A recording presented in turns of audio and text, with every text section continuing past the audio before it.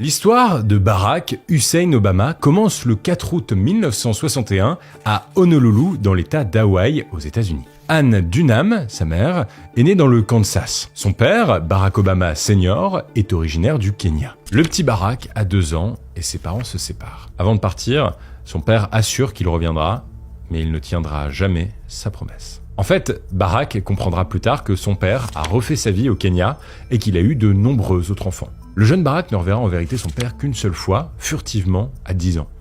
C'est tout.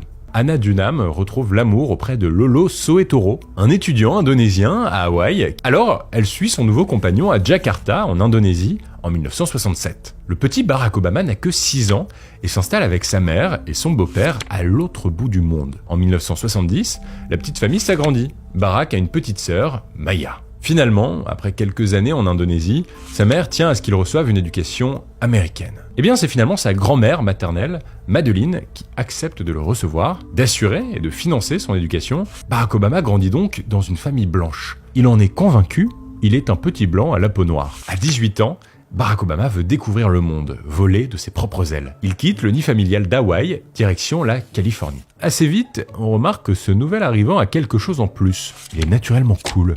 Il est beau et il se laisse volontiers prendre en photo. En somme, Barack Obama devient le mec stylé de sa fac. Ça y est, 1981, Obama vient de passer 2 ans en Californie, où il s'est fait une petite réputation. Mais il a envie d'un nouveau départ. Il est admis à l'université de Columbia, à New York, pour étudier les sciences politiques et les relations internationales. Et après 2 ans à New York, le voilà diplômé de Columbia. Nous sommes en 1984 et Barack Obama fait sa valise direction Chicago. Le voilà installé dans le sud de la ville, dans le plus grand ghetto noir des États-Unis. Il part donc à la rencontre des pasteurs du coin, les responsables du culte protestant, pour l'aider à trouver des solutions concrètes afin d'améliorer les conditions de vie dans le ghetto. C'est d'ailleurs à cette même époque qu'il commence à fréquenter une église dans son quartier et qu'il se convertit au protestantisme. Après 3 ans à Chicago, Barack est admis dans la plus prestigieuse université des États-Unis, Harvard, comme son père avant lui. Nous voilà en 1988, Barack Obama est étudiant en droit à la Harvard Law School. Là-bas, il découvre un univers particulièrement politisé et ça lui convient bien. En 1990, les étudiants de l'université doivent élire le nouveau président de la prestigieuse revue de droit d'Harvard. Obama, très sûr de lui, se déclare candidat. Et à 29 ans, Obama devient le président de la revue de droit d'Harvard.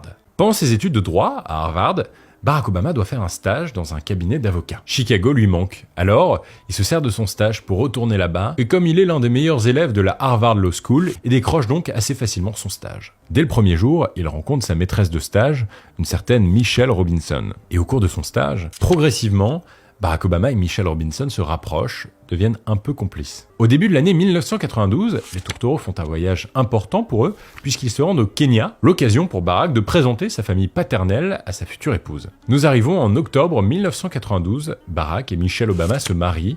À cette époque, Barack travaille dans un cabinet de défense des droits civiques et Michelle intègre la mairie de Chicago. C'est elle qui le présente à plusieurs notables de la ville, des personnalités politiques locales, et l'aide ainsi à devenir lui-même un notable de la communauté noire de Chicago. Michelle et Barack Obama sont installés à Chicago dans l'État de l'Illinois, et c'est là-bas que Barack veut tenter sa chance et entamer une carrière politique en devenant sénateur de l'Illinois. Donc, en 1995, Barack Obama devient l'un des 59 sénateurs de l'Illinois. Et la politique paye bien moins que les cabinets d'avocats. Et puis, son nouveau travail est à Springfield, la capitale de l'Illinois. En 1998, Barack et Michelle ont leur premier enfant, la petite Malia. Barack ne gagne pas assez d'argent et la famille vit sur les économies de Michelle, qui doit s'occuper de Malia en plus de son travail à la mairie de Chicago. Elle demande régulièrement à Barack d'arrêter la politique. Cette situation n'a plus de sens, mais impossible pour lui. Il veut mettre les bouchées doubles. Alors, en 2000, Barack Obama se porte candidat pour devenir sénateur des États-Unis. Mais il veut, en plus, être élu pour représenter l'État devant le Congrès, à Washington, avec les représentants de tous les autres États. Pour Barack,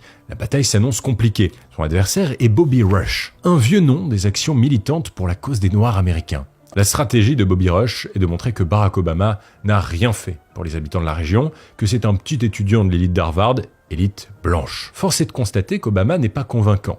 Il perd donc l'élection. Malgré cette défaite politique à l'échelle du pays, Barack Obama reste quand même sénateur de l'Illinois. De toute façon, il doit aller au bout de son mandat local. En 2003, il est nommé président de la commission de la santé publique et des services sociaux de l'État. Il prend aussi position contre la guerre en Irak, initiée par le gouvernement Bush en 2003. On parle beaucoup de lui, mais il n'a pas d'influence à l'échelle nationale, je vous rappelle. Il doit absolument se faire entendre à Washington. I don't oppose war in all circumstances, and when I look out over this crowd today, I know there is no shortage of patriots or patriotism. What I do oppose is a dumb war. Et ça tombe bien, puisqu'à la fin de l'année 2003, on lui indique qu'un nouveau poste se libère au Congrès. Son ambition le rattrape, cette fois, il en est sûr, ça sera la bonne. Il promet à Michel, si ça marche pas, j'arrête la politique. En 2004, Obama est donc en campagne, une nouvelle fois, pour devenir sénateur au Congrès des États-Unis, et il prépare un discours très important, celui de l'ouverture de la Convention des démocrates à Boston, pour soutenir la candidature du démocrate John Kerry pour les élections présidentielles de 2004 face à George Bush. Ce discours, il l'a écrit avec l'aide de Michel. My father got a scholarship to study in a magical place, America, that shone as a beacon of freedom and opportunity to so many who had come before. Le discours de Boston est une bombe dans le paysage politique américain. Barack Obama se fait un nom partout aux États-Unis. Comme une évidence, il est élu au Sénat des États-Unis, cette fois-ci le 2 novembre 2004. Il est une star, une icône de la politique. Les foules attendent beaucoup de lui. Le 10 février 2007, Barack Obama annonce sa candidature à la primaire démocrate pour être le candidat du parti à l'élection présidentielle de 2008. Sa concurrente, pour représenter le parti, n'est autre que Hillary Clinton, l'épouse de l'ancien président Bill Clinton. Tout semble déjà joué, Obama n'a aucune chance. Hillary Clinton, l'ancienne première dame des États-Unis, est persuadée qu'elle installera bientôt ses cartons dans le bureau ovale de la Maison-Blanche. Le 8 janvier 2008, il prononce un discours teinté d'espoir, le célèbre « Yes, we can ». For when we have faced down impossible odds, when we've been told we're not ready, or that we shouldn't try, or that we can't, generations of Americans have responded with a simple creed that sums up the spirit of a people. Yes, we can. Yes, we can. Nous y sommes. 28 août 2008, Barack Obama est investi par le Parti démocrate pour devenir le candidat à l'élection présidentielle. Barack Obama doit maintenant mener campagne face au candidat républicain John McCain, un proche du président George W. Bush. Barack Obama doit assurer, et pour ça il a un allié tout trouvé, un certain Joe Biden. Les deux hommes sont amis depuis longtemps, ils travaillaient ensemble au Sénat. Barack Obama l'annonce, Joe Biden sera son colistier. C'est-à-dire que si Obama l'emporte, Joe Biden sera nommé vice-président des États-Unis. Son autre allié dans cette course, c'est évidemment Michel, qui compte bien l'aider à conquérir le cœur du peuple américain. Il est soutenu par une grande partie des stars américaines, et même partout dans le monde, il devient le symbole de l'Amérique ouverte et progressiste. En octobre 2008, à l'occasion d'un débat face à McCain, Obama fait une promesse. Nous tuerons Ben Laden, nous tuerons Al-Qaïda. Cette promesse retentit dans le cœur de tous les citoyens américains, encore meurtris par les attentats du 11 septembre 2001. Résultat de ce travail, plus de 60% de participation à l'élection américaine, un record depuis les années 60. Le 4 novembre 2008, Barack Obama est officiellement élu en battant John McCain. Barack Obama devient le 44e président des États-Unis et le premier président noir de toute l'histoire américaine. Une fois installé à la Maison-Blanche, après quelques jours de frénésie, le couple Obama remet bien vite les pieds sur terre. Leur priorité, que Malia et Sacha aient une éducation normale, aillent à l'école, et une vie de famille, fassent leur lit. À la Maison-Blanche, sous Obama, on prend les petits-déj en famille. Le président normal, quoi. Alors le nouveau président américain imagine un plan de relance et de protection sociale. 31 millions de foyers américains vont enfin pouvoir bénéficier d'une couverture sociale. C'est ce qu'on appelle l'Obamacare, une loi votée en 2010, permettant à presque tous les citoyens américains d'avoir une couverture sociale minimale. Certains qualifient ce début de mandat comme l'action du XXIe siècle pour les droits civiques. En 2009, à l'occasion d'un discours à l'université du Caire, il affiche son désir de réconcilier l'Amérique avec le monde arabo-musulman en commençant son discours par un « Salam alaikum ». Grateful for your hospitality and the hospitality of the people of Egypt. And I'm also proud to carry with me the goodwill of the American people and a greeting of peace from Muslim communities in my country. Assalamu alaikum. Obama se veut symbole de la paix et de la tranquillité, c'est notamment pour ça qu'il fait aussi un pas en arrière sur la politique d'armement nucléaire de Bush. Ce rapport à l'équilibre lui vaut d'être prix Nobel de la paix en octobre 2009. À la fin de son mandat, alors que l'atmosphère politique est tendue dans le pays, Obama dirige une opération militaire qui lui permet de fédérer tous les Américains autour d'une cause commune. Le 2 mai 2011, les forces spéciales américaines tuent Oussama Ben Laden. La promesse a été tenue. Pour beaucoup d'Américains, c'est une victoire. Obama lui-même déclare que justice a été rendue. Tonight, I can report to the American people and to the world that the United States has conducted an operation that killed Osama bin Laden, the leader of Al-Qaeda, and a terrorist who's responsible for the murder of thousands of innocent men, women, and children.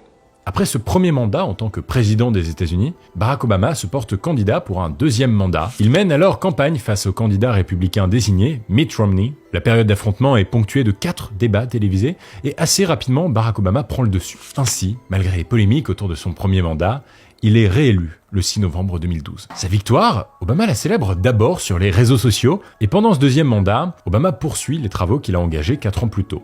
Il renforce le Obamacare, veut introduire une loi sur le contrôle des armes à feu et inscrit dans la Constitution américaine le droit au mariage pour les personnes de même sexe. Nous arrivons ainsi en décembre 2016, Barack Obama doit passer la main à un nouveau prétendant. Après 8 ans de présidence démocrate, c'est cette fois-ci un républicain qui l'emporte. Un homme qui fait beaucoup parler de lui, un milliardaire exubérant qui s'est pris d'ambition pour la politique, un certain Donald Trump. Obama quitte la Maison-Blanche en janvier 2017, mais ne quitte pas Washington pour autant. Il déménage un peu plus loin dans une maison de 760 mètres carrés dans laquelle le couple Obama est locataire. Bon, et puisqu'ils sont locataires, je vous donne le prix du loyer, parce qu'il n'y a pas de chichi entre nous. 22 000 $ par mois. En 2020, Barack Obama publie le premier volume de ses mémoires, Une Terre promise, qui est un succès planétaire, dans laquelle il raconte son épopée à la Maison-Blanche. Cette même année, il garde un pied dans la politique, il fait campagne pour le candidat démocrate qui veut concurrencer Donald Trump, qui n'est autre que Joe Biden, son ancien camarade et accessoirement vice-président. Et c'est un succès puisque le 14 décembre 2020, Joe Biden devient le 46e président des États-Unis, succédant donc à Donald Trump, qui ne sera resté que 4 ans. Barack Obama a donc bien donné un nouveau visage au rêve américain. Ce jeune homme, d'une double culture, attaché à ses racines afro-américaines, que rien ne prédestinait à un tel parcours, est devenu l'un des hommes les plus puissants de la planète. La vie de Barack Obama, c'est une leçon de travail, de conviction, d'abnégation, de panache. C'est la persévérance pour influer sur le cours de l'histoire. C'était l'histoire de Barack Obama.